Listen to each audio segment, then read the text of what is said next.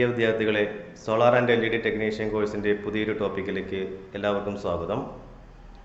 നമ്മൾ കഴിഞ്ഞ വർഷം solar cell, solar module, solar array എന്നിവയെ പറ്റി നമ്മൾ വിശദമായിട്ട് മനസ്സിലാക്കുകയുണ്ടായി. കൂടാതെ സോളാർ PV സിസ്റ്റം, അതായത് വിവിധ തരത്തിലുള്ള സോളാർ PV സിസ്റ്റത്തെക്കുറിച്ച് നമ്മൾ പഠിക്കുകയുണ്ടായി. ഒരു സോളാർ PV സിസ്റ്റത്തിൻ്റെ ഏറ്റവും പ്രധാനപ്പെട്ട ഒരു ഘടകം എന്ന് പറയുന്നത് സോളാർ മോഡ്യൂളുകളാണ്, അല്ലെങ്കിൽ സോളാർ പാനലുകളാണ് എന്ന് നമുക്ക് മനസ്സിലാക്കാൻ സാധിച്ചു, അല്ലേ? ഇന്ന് നമ്മൾ പഠിക്കാൻ പോകുന്നത് ഈ മോഡ്യൂളുകളുടെ വിവിധ തരം ടെസ്റ്റുകളെ കുറിച്ചിട്ടാണ്. ഈ മോഡ്യൂളുകളുടെ നിർമ്മാണം മുതൽ അവ ഫീൽഡിൽ സ്ഥാപിക്കുന്നത് വരെ നിലവിലുള്ള സ്റ്റാൻഡേർഡ്സ് പ്രകാരം വിവിധ ടെസ്റ്റുകളിലൂടെ കടന്നു പോകേണ്ടതുണ്ട്. അതിനെക്കുറിച്ചും അതിൻ്റെ ഗുണനിലവാരത്തെക്കുറിച്ചും ഈ മോഡ്യൂളുകളുടെ കാര്യക്ഷമതയെക്കുറിച്ചുമൊക്കെയാണ് നമ്മൾ ഈ വീഡിയോയിലൂടെ പഠിക്കാൻ പോകുന്നത്. ഈ വീഡിയോയിൽ പ്രധാനമായിട്ടും സ്റ്റാൻഡേർഡ് ടെസ്റ്റ് കണ്ടീഷൻസ് പറയുന്നുണ്ട്, കൂടാതെ വിവിധ തരം സ്റ്റാൻഡേർഡുകളെ പറ്റി പറയുന്നുണ്ട്, പിന്നെ ടെർമിനൽ ബോക്സുകളെ പറ്റി, കൂടാതെ ഈ മോഡ്യൂളുകൾ കേടായി കഴിഞ്ഞാൽ എങ്ങനെ അത് ഐഡൻറ്റിഫൈ ചെയ്യാം എന്നതിനെ പറ്റിയും അവസാനമായിട്ട് MC4 കണക്റ്റേഴ്സിനെ പറ്റിയുമൊക്കെ നമ്മൾ വിശദമായിട്ട് പഠിക്കുന്നുണ്ട്. അപ്പോൾ നമുക്ക് ആദ്യത്തെ സെക്ഷനിലേക്ക് പോകാം. ഒരു സോളാർ PV മോഡ്യൂളിൻ്റെ സ്റ്റാൻഡേർഡ് ടെസ്റ്റ് കണ്ടീഷൻസ് അഥവാ STCയെ പറ്റി നമുക്ക് മനസ്സിലാക്കാം. സോളാർ പാനൽ ടെസ്റ്റ് ചെയ്യുന്ന സാഹചര്യങ്ങളുടെ ഒരു ഇൻഡസ്ട്രി സ്റ്റാൻഡേർഡാണ് STC. ഓരോ സോളാർ പാനലിൻ്റെയും പെർഫോമൻസ് അത് ഉൽപ്പാദിപ്പിക്കുന്ന ഫാക്ടറിയിൽ വെച്ച് തന്നെ സ്റ്റാൻഡേർഡ് ടെസ്റ്റിംഗ് കണ്ടീഷൻസിൽ ടെസ്റ്റ് ചെയ്ത് പാനലിൻ്റെ പിറകിൽ ലേബൽ ചെയ്യാറുണ്ട്. ലോകത്തുള്ള എല്ലാ പാനൽ നിർമ്മാതാക്കളും ഒരേ STC ഫാക്ടറിയിൽ സെറ്റ് ചെയ്താണ് പാനലുകളുടെ പ്രവർത്തന മികവ് രേഖപ്പെടുത്തുന്നത്. അവ താഴെ പറയുന്നവയാണ്. 1. ടെമ്പറേച്ചർ 25 ഡിഗ്രിയിലായിരിക്കണം. ഒരു പാനലിൻ്റെ കാര്യക്ഷമത, അതായത് എഫിഷ്യൻസി, ടെമ്പറേച്ചർ മാറുന്നതിനനുസരിച്ച് വ്യത്യാസപ്പെട്ടുകൊണ്ടിരിക്കുന്നതിനാൽ STC 25 ഡിഗ്രിയിൽ ആണ് സെറ്റ് ചെയ്തിരിക്കുന്നത്. രണ്ടാമതായി, ടെസ്റ്റ് ചെയ്യുമ്പോൾ പാനലിൽ 1 മീറ്റർ സ്ക്വയറിൽ 1000 വാട്ട് പവർ ഉള്ള സോളാർ ഇറേഡിയൻസ് അഥവാ സൂര്യവികിരണത്തിന് തുല്യമായ ലൈറ്റ് ക്രമീകരിക്കേണ്ടതാണ്. മൂന്നാമതായി, എയർ മാസ് 1.5-ൽ ക്രമീകരിക്കേണ്ടതാണ്. എയർ മാസിനെ പറ്റി അല്പം വിശദമാക്കാം. എയർ മാസ് 1.5 സ്പെക്ട്രം എന്നാൽ ചിത്രത്തിൽ കാണുന്നത് പോലെ സൂര്യൻ്റെ രശ്മികൾ ഭൂമിയിൽ നിന്നും 48 ഡിഗ്രി ചെരിഞ്ഞ് എത്തുന്ന സ്ഥലം വരെ ഭൂമിയുടെ വായുമണ്ഡലത്തിൽ കൂടി സഞ്ചരിക്കുന്ന ദൂരമാണ്. AM0 എന്നാൽ സൂര്യരശ്മികൾ നേരെ തലയ്ക്ക് മുകളിലായി ഭൂമിയുടെ വായുമണ്ഡലത്തിൽ പ്രവേശിക്കുന്ന സ്ഥലത്തെ എയർ മാസ് ആണ്. AM0 ആയിരിക്കുമ്പോൾ അവിടെ സൂര്യപ്രകാശത്തിൻ്റെ ശക്തി കൂടുതലായിരിക്കും. AM1 എന്നാൽ സൂര്യൻ നേരെ തലയ്ക്ക് മുകളിൽ ആയിരിക്കുമ്പോൾ സൂര്യവികിരണം ഭൂമിയുടെ വായുമണ്ഡലത്തിൽ പ്രവേശിക്കുന്ന പോയിന്റ് മുതൽ ഭൂമിയിൽ പതിക്കുന്ന ദൂരമാണ്. അതായത് ഓരോ പോയിന്റിലും സൂര്യവികിരണത്തിൻ്റെ അളവ് വ്യത്യസ്തമായിരിക്കും എന്ന് നമുക്ക് മനസ്സിലാക്കാം. STCയിൽ സോളാർ പാനലുകൾ ടെസ്റ്റ് ചെയ്യുമ്പോൾ താഴെ പറയുന്ന പാരാമീറ്റേഴ്സ് അളന്ന് രേഖപ്പെടുത്തേണ്ടതാണ്. അതിൽ ഒന്നാമത്തേത് VOC, ഓപ്പൺ സർക്യൂട്ട് വോൾട്ടേജ്. അതായത് ഇത് ലോഡൊന്നും കണക്ട് ചെയ്യാതെ പാനലിൽ നിന്ന് ലഭിക്കുന്ന വോൾട്ടേജ് ആണ്. രണ്ടാമതായി രേഖപ്പെടുത്തേണ്ടത് ISC, short circuit current. ISC എന്നാൽ പാനലിൻ്റെ പോസിറ്റീവും നെഗറ്റീവും ഷോർട്ട് ചെയ്യുമ്പോൾ ആ പാനലിന് തരാൻ കഴിയുന്ന മാക്സിമം കറണ്ടാണ്. മൂന്നാമത്തേത് VMP, നാലാമത്തേത് IMP. VMP എന്നാൽ മാക്സിമം പവർ വോൾട്ടേജ്, IMP എന്നാൽ മാക്സിമം പവർ കറണ്ട്. ഇവ രണ്ടും ലോഡ് കണക്ട് ചെയ്തതിന് ശേഷം ലഭിക്കുന്ന മാക്സിമം വോൾട്ടേജും കറണ്ടുമാണ്. അടുത്തത് Pmax, ലോഡ് കണക്ട് ചെയ്തതിന് ശേഷം പാനലിന് തരാൻ കഴിയുന്ന മാക്സിമം പവറാണ് Pmax. ഇത് വാട്ടിലാണ് രേഖപ്പെടുത്തുന്നത്. ഇപ്പോൾ സ്ക്രീനിൽ കാണുന്നത് സോളാർ പാനൽ മാനുഫാക്ചറിംഗ് കമ്പനിയിലെ ലാബിൽ സ്റ്റാൻഡേർഡ് ടെസ്റ്റ് കണ്ടീഷൻസിൽ നടത്തിയ ടെസ്റ്റുകളുടെ റിസൾട്ടാണ്. മാർക്കറ്റിൽ ലഭിക്കുന്ന എല്ലാ സോളാർ പാനലുകളിലും STCയിൽ ചെയ്ത ടെസ്റ്റ് റിസൾട്ട് ലേബൽ ചെയ്തിട്ടുണ്ടായിരിക്കും. സോളാർ പാനലുകൾ അവ ഫാക്ടറിയിൽ നിർമ്മിച്ചതിന് ശേഷം ധാരാളം സേഫ്റ്റി ടെസ്റ്റുകൾ നടത്തേണ്ടതുണ്ട്. ഇതിന് കാരണം പാനലുകളിൽ എന്തെങ്കിലും തകരാറുകൾ വന്നു കഴിഞ്ഞാൽ വളരെയധികം അപകട സാധ്യതകൾ ഉള്ളതുകൊണ്ടാണ്.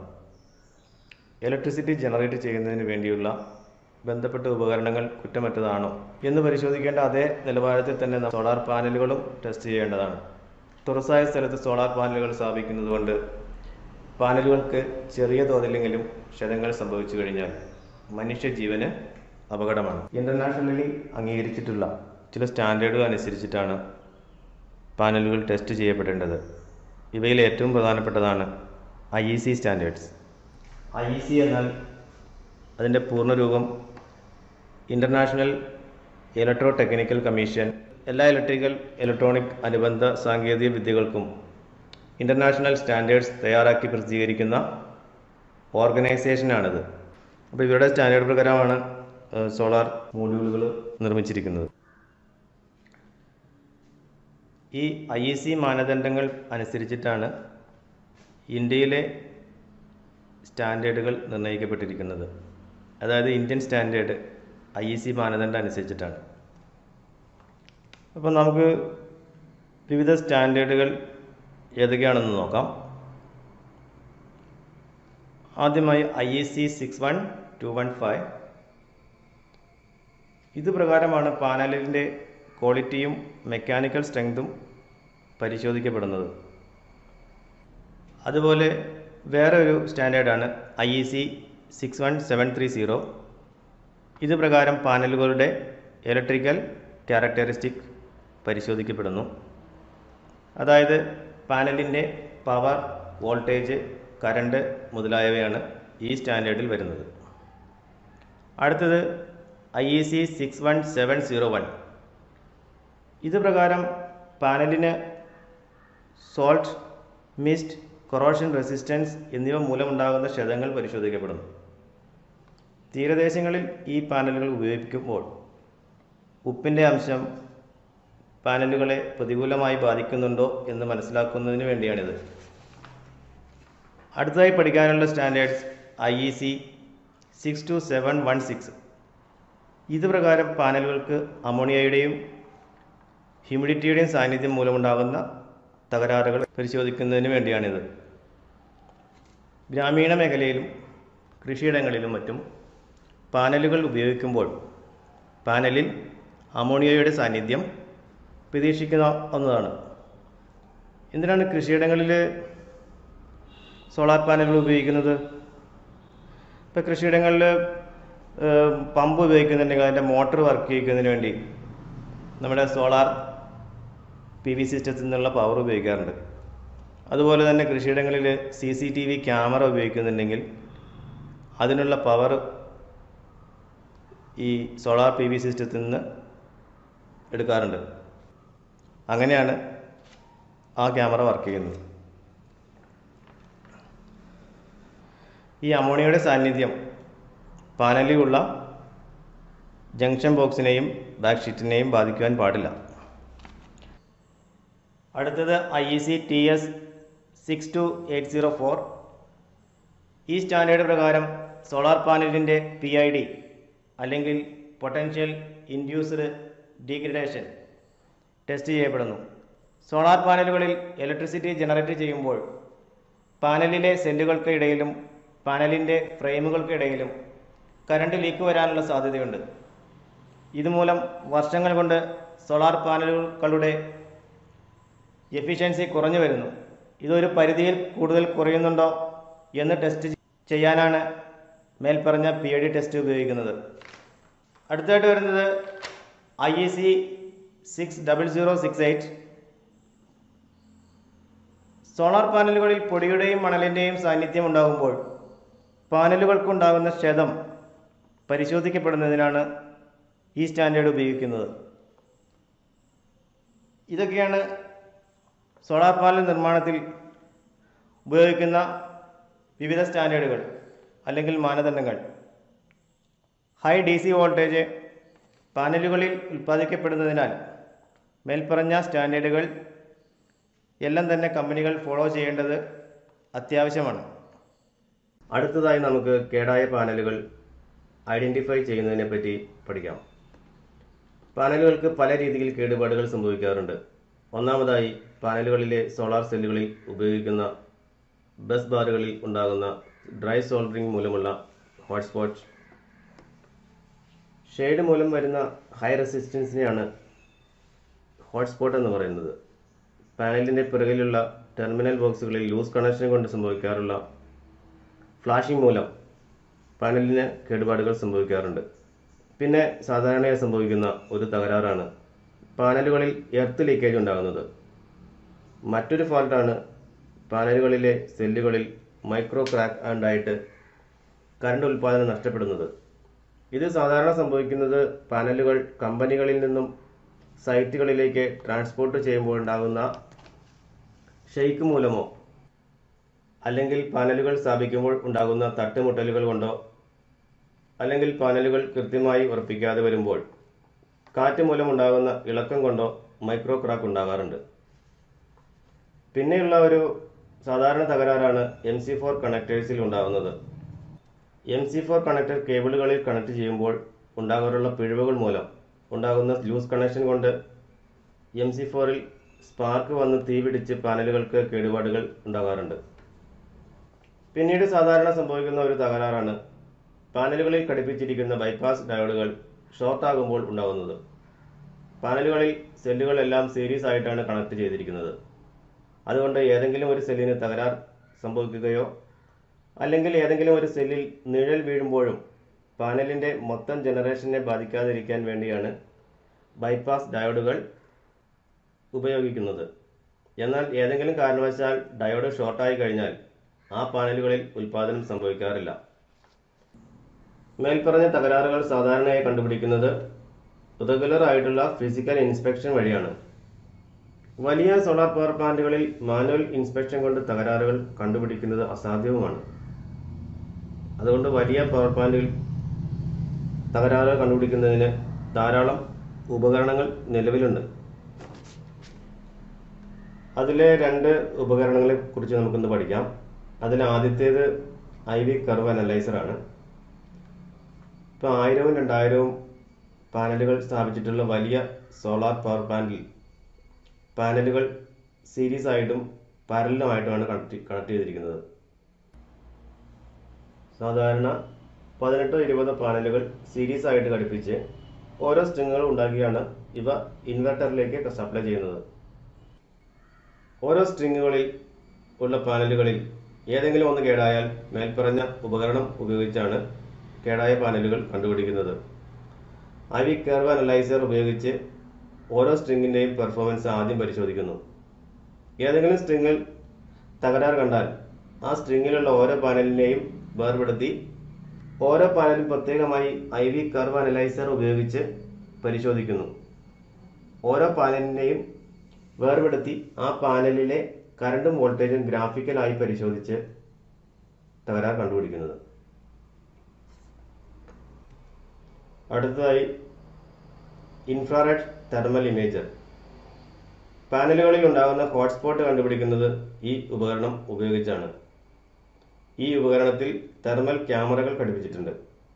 ഈ ക്യാമറകളിൽ കൂടി സോളാർ പാനലുകൾ നിരീക്ഷിക്കുമ്പോൾ പാനലുകൾക്കുള്ളിൽ ഹോട്ട്സ്പോട്ടുകൾ മേൽപ്പറഞ്ഞ തെർമൽ ഇമേജറിൽ ചുവന്ന കളറിൽ കാണപ്പെടുകയും അങ്ങനെ ഹോട്ട്സ്പോട്ടുകൾ കണ്ടുപിടിച്ച് തകരാറുകൾ പരിഹരിക്കാൻ സാധിക്കുകയും ചെയ്യുന്നു.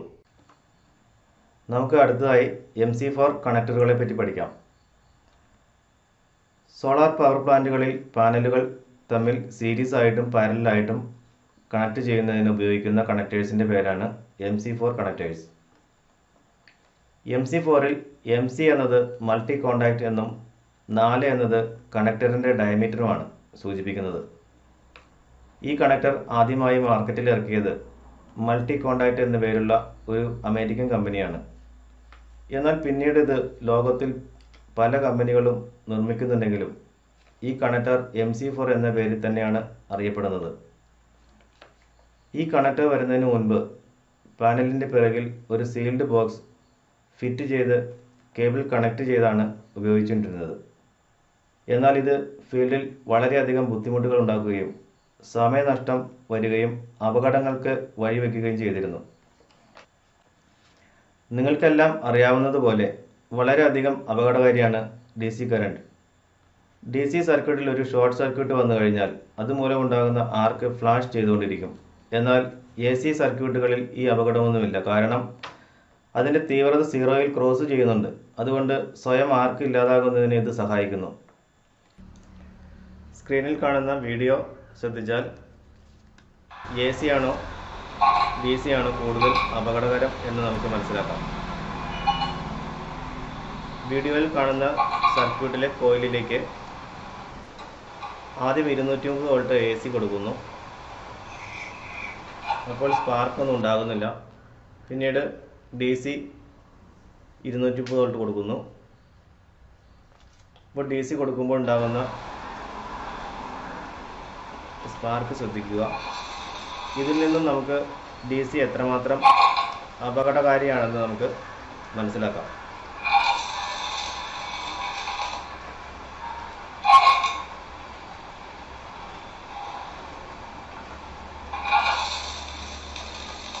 വലിയ പ്രൊജക്റ്റുകളിൽ ആയിരക്കണക്കിന് പാനലുകൾ കണക്ട് ചെയ്യേണ്ടി വരുമ്പോൾ എല്ലാ കണക്ഷൻസും സ്ക്രൂ ചെയ്ത് ഉറപ്പിക്കുവാൻ കാലതാമസമെടുക്കും. MC4 കണക്ടറുകൾ ഉപയോഗിക്കുമ്പോൾ എളുപ്പം കണക്ട് ചെയ്യാനും ഡിസ്കണക്ട് ചെയ്യുന്നതിനും സാധിക്കുന്നു. IP67 റേറ്റിംഗിലാണ് MC4 കണക്ടറുകൾ നിർമ്മിക്കപ്പെട്ടിരിക്കുന്നത്.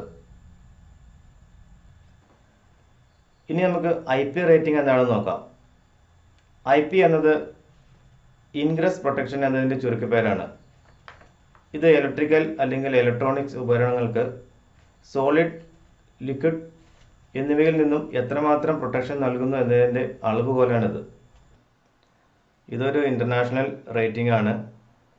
വിവിധ മേഖലകളിൽ ഈ റേറ്റിംഗ് ഉപയോഗിക്കുന്നുണ്ട്. ഉദാഹരണത്തിന് lighting, security system, oil and gas platform, marine field. ഇപ്പോൾ പുതിയതായിട്ട് മൊബൈൽ ഫോണുകളിലും IP റേറ്റിംഗ് ഉപയോഗിക്കുന്നുണ്ട്. ഉദാഹരണത്തിന് പുതിയതായിട്ട് ഇറങ്ങിയിട്ടുള്ള iPhone 13 IP68 ആണ് ഇതിൽ ഉപയോഗിക്കുന്നത്. അപ്പോൾ അതിൻ്റെ പ്രത്യേകത എന്ന് പറഞ്ഞാൽ ഒന്ന് വെള്ളത്തിലൊന്നും വീണാലും വലിയ പ്രശ്നങ്ങൾ സംഭവിക്കത്തില്ല. അതിന് കേടാവാനുള്ള സാധ്യത കുറവാണ്. 2 ഡിജിറ്റായിട്ടാണ് ഈ IP റേറ്റിംഗ് സൂചിപ്പിക്കുന്നത്. IP എന്ന ലെറ്ററിന് ശേഷം ആദ്യത്തെ ഡിജിറ്റ് സോളിഡ് പ്രൊട്ടക്ഷനെയും രണ്ടാമത്തെ ഡിജിറ്റ് ലിക്വിഡ് പ്രൊട്ടക്ഷനെയും സൂചിപ്പിക്കുന്നു. ഇപ്പോൾ സ്ക്രീനിൽ കാണുന്ന IP റേറ്റിംഗ് ചാർട്ട് നോക്കിയാൽ 1ഉം 2ഉം ഡിജിറ്റുകൾ എത്രമാത്രം പ്രൊട്ടക്ഷൻ തരുന്നുണ്ട് എന്ന് മനസ്സിലാക്കുവാൻ സാധിക്കും. ഇനി നമുക്ക് MC4 കണക്ടറിൻ്റെ വിവിധ പാർട്സുകളെ കുറിച്ച് പഠിക്കാം. MC4 കണക്ടറിന് മെയിനായി 2 സെക്ഷനാണുള്ളത്. ഒന്ന് ഫീമെയിൽ കണക്ടറും 2 മെയിൽ കണക്ടറും. ഓരോ കണക്ടറിനും 5 പാർട്സ് ആണുള്ളത്. അവ ഏതാണെന്ന് നോക്കാം.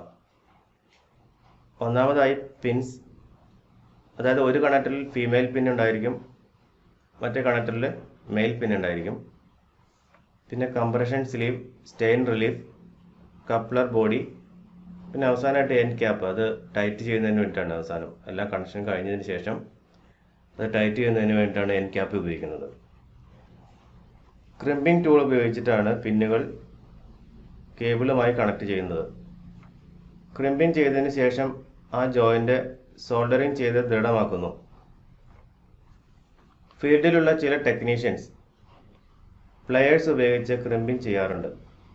അത് തെറ്റായ ഒരു രീതിയാണ്. MC4 കണക്ടറിൻ്റെ എൻഡ് ക്യാപ്പ് ടൈറ്റ് ചെയ്യുന്നതിനും കണക്ടറുകൾ ഡിസ്കണക്ട് ചെയ്യുന്നതിനും പ്രത്യേകതരം ടൂൾ ഉപയോഗിക്കാറുണ്ട്. MC4 കണക്ടേഴ്സ് തമ്മിൽ കണക്ട് ചെയ്യുമ്പോഴും ഡിസ്കണക്ട് ചെയ്യുമ്പോഴും വളരെയധികം ശ്രദ്ധ കൊടുക്കേണ്ടതുണ്ട്. സൂര്യപ്രകാശം പാനലിൽ പതിച്ചുകൊണ്ടിരിക്കുന്ന സമയത്ത്, അതായത് ലോഡ് ഉള്ളപ്പോൾ കണക്ട് ചെയ്യുകയോ ഡിസ്കണക്ട് ചെയ്യുകയോ ചെയ്യരുത്. ഇങ്ങനെ ചെയ്താൽ കണക്ടേഴ്സിന് കേടുപാടുകൾ സംഭവിക്കാനുള്ള സാധ്യതയുണ്ട്.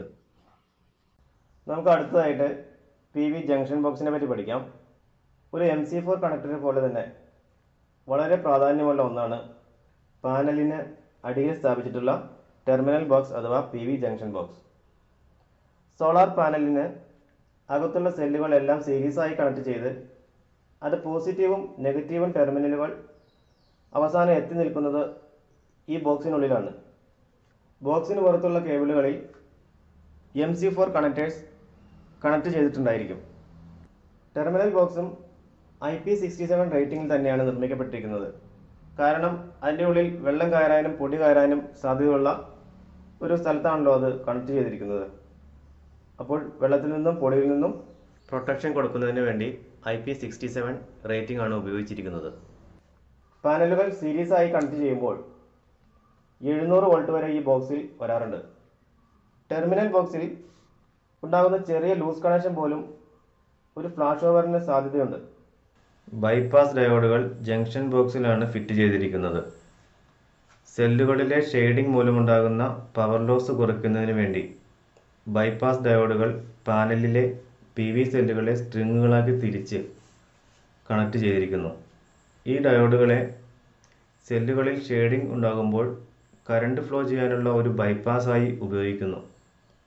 അതിനാൽ പവർ ലോസ് കുറയ്ക്കുവാനും ഹോട്ട്സ്പോട്ട് ഫിനോമിന എലിമിനേറ്റ് ചെയ്യുവാനും സാധിക്കുന്നു. ഈ ഡയോഡുകൾ സ്ട്രിങ്ങുകൾക്ക് സമാന്തരമായി റിവേഴ്സ് ബയസിലാണ് കണക്ട് ചെയ്തിരിക്കുന്നത്.